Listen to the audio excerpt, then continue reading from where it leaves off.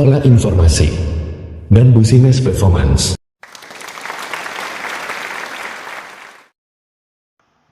Pengolahan informasi dan business performance memiliki tanggung jawab antara lain, yaitu pengolahan data secara tradisional, yaitu sistem pengolahan yang berorientasi pada program aplikasi dan tiap-tiap aplikasi berdiri sendiri-sendiri.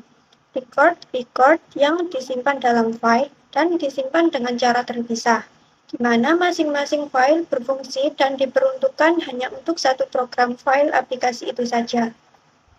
Keterbatasan sistem file tradisional, yaitu kerangkapan data atau redundansi data, kesukaran dalam mengakses data, data terisolir, data dependence, dan keamanan data. Pengolahan data dengan pendekatan database, yaitu basis data dapat dipahami sebagai kesimpulan kumpulan data yang saling berhubungan, disimpan bersama dalam suatu media, tidak saling memandang atau tidak memerlukan duplikat data yang disimpan dalam beberapa cara. Keuntungan menggunakan basis data: A. Kontrol data terpusat. B. Rekonstruksi data dapat dikurangi dan dikontrol. C. Ketidakkonsistensian data dapat dihindarkan. D. Data dapat dipakai bersama atau di-share.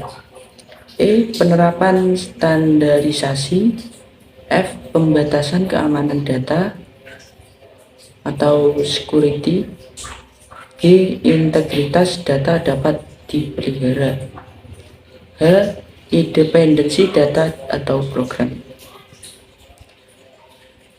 Dan kerugian menggunakan basis data: A. Mahal, butuh biaya untuk software, hardware, dan user yang berkualitas. B. Kompleks, kemampuan hardware yang lebih besar menjadi lebih rumit sehingga membutuhkan keahlian yang lebih tinggi. Penyimpanan dan pengolahan secara tradisional vs pendekatan database.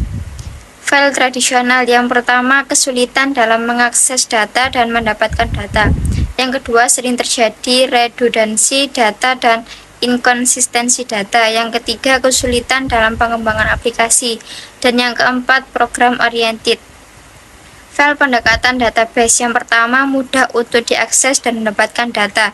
Yang kedua, redundansi data dan inkonsistensi data yang minim. Yang ketiga, mudah dalam pengembangan aplikasi. Dan yang keempat, data oriented. Business performance berbasis database dan dasar pengembangan keputusan.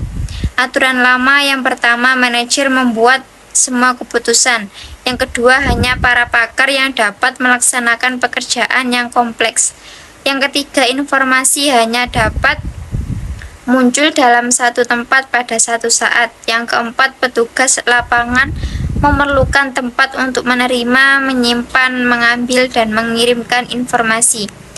Teknologi informasi: yang pertama, ada perangkat pendukung keputusan, akses berbasis data, serta model perangkat lunak. Yang kedua, sistem pakar. Yang ketiga, berbagai basis data.